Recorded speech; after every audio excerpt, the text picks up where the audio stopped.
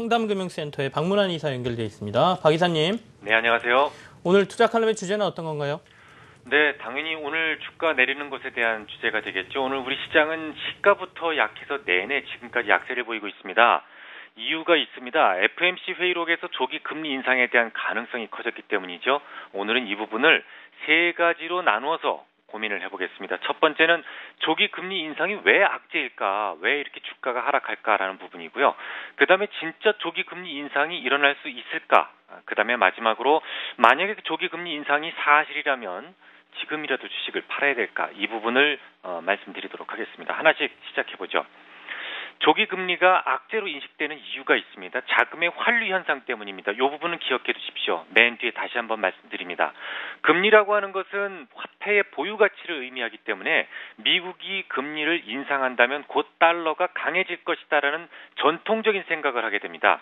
오늘 아침에 달러화가 실제로 0.45% 상승을 했었죠. 그럼 달러 약세를 전망하고 달러를 차입해서 이머징을 매수했던 자금들은 다시 달러가 오르기 전에 달러를 갚기 위해서 매수했던 이머징 증시를 팔고, 그러니까 매도로 돌리고 달러 매도 포지션을 청산하게 되는데요. 이 과정에서 이머징에 대한 매도가 늘 나왔었습니다. 2004년도 5월 달에도 나왔었고 2006년도에도 나왔었고요. 그래서 이제 미국의 첫 금리 인상은 언제나 악재로 인식되어 왔었습니다.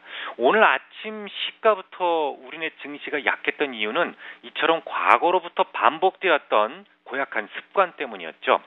물론 오늘 FOMC 회의에서는 많은 위원들이 매파로 돌변했다는 생각을 갖기에 충분합니다. 특히 위원들이 금리 인상 이후의 세계, 즉 금리 올린 이후에 돌아오는 채권에 대해서 논의를 했었고, 시장 유동성 조절을 위해서 초과지중 금리, 역레포 등을 활용하는 것에 대해서조차 논의가 됐었으니까 시장은 당연히 이제 금리 인상이 임박했구나라고 생각할 수밖에 없었습니다. 게다가 연준 위원들의 경기에 대한 판단이 과거에 비해서 상당히 긍정적이었다고 평가가 되고 있는데요.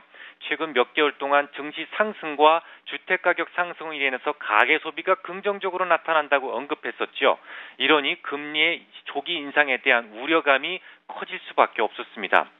하지만 말입니다. 이거 좀 자세히 잘 볼 필요가 있는데 조기 금리 인상을 의미한다라고 볼 수만은 없습니다. 첫 번째, 가계 소비가 긍정적이었다고 언급했지만 요거는 회의록이 생기고 나서 한참 있다 공개를 한 거기 때문에 그 다음에, 그러니까 회의를 하고 나서 나왔던 소비 지표들은 사실은 엉망이었거든요. 그다지 만족스럽지 못했었습니다. 그 이유는 실질적인 임금 인상이 없었기 때문이고요. 또 그 때문에 소비 심리 지표도 크게 악화됐었죠. 자, 두 번째 이유입니다. 금리 인상은 노동시장의 환경이 좋아지면이라는 단서가 붙습니다. 바로 이어서 아직 노동시장의 질적 개선은 없었다라는 발언이 이어 있었기 때문에 조기 금리 인상을 하겠다라는 말은 사실은 아니었습니다. 좋아지면 하겠다라는 거였죠. 세 번째가 바로 지난 화요일에 제가 말씀을 드렸던, 이 시간을 통해서 말씀드렸던 잭슨홀 미팅의 주제입니다. 노동시장 역학의 재평가입니다. 노동시장이 뭔가가 잘못됐다라는 것이죠. 그래서 재평가한다라는 것이죠. 오늘 밤에 자넷 옐런이 이 주제로 연설을 할 것이고요. 저는 오늘 밤에 옐런이 오늘 우리 시장의 이 칙칙한 분위기를 뒤집을 만한 발언을 할 것이라고 생각을 합니다. 그러면 제가 말씀드렸던 세 가지에 대해서 수치로 입증해 보도록 하겠습니다. 오늘 FOMC 회의록이 실제로 금리의 조기 인상을 의미했다면 가장 먼저 뭐가 움직여야 될까요? 금리 선물이 크게 올라야 됩니다. 하지만 FF 연방기금 금리 선물은 2015년 7월 금리 인상 가능성을 현재보다 조금 더 높이 45%로 올려놓은 상태였고요. 미 국채 10년물도 고작 2.7 베이스 포인트만 상승했을 뿐입니다. 언제든지 하루에 도달할 수 있는 수준이었죠. 달러 인덱스도 고작 0.45% 올랐고요. 오늘 당장 우리나라의 환율 1원밖에 오르지 않고 있습니다. 금리의 조기 인상에 대한 우려감이 우리 시장을 지금 낮추고는 있지만 금융시장은 그다지 그렇게 놀라지 않고 있다는 것을 의미하죠.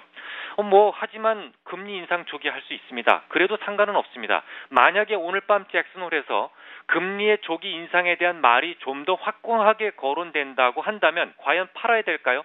저는 그것도 그렇지 않다고 생각합니다. 그 생각을 다시 한번 증명해 드리죠.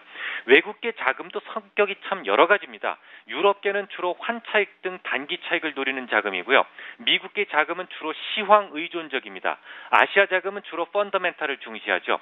이 중에서 자금 환류 현상을 만들어서 시장을 좀 교란시키는 자금은 주로 유럽계 자금들입니다.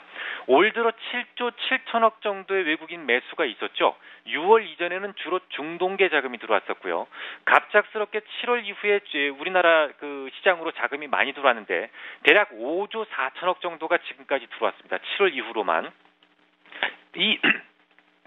죄송합니다. 이 자금들은 대부분 미국계 자금과 중국계, 일본계 자금들이었는데요. 유럽계 자금이 아주 최근에 약간 들어오긴 했지만 워낙 양이 작았기 때문에 그들이 빠져나간다고 하더라도 주가 하락은 제한적일 것이다라고 판단되기 때문입니다. 뭐 들어온 자금이 있어야 나갈 게 있겠죠. 그래서 저는 오늘 하락은 좀 과도하다라고 생각이 됩니다. 네, 박 이사님 고맙습니다.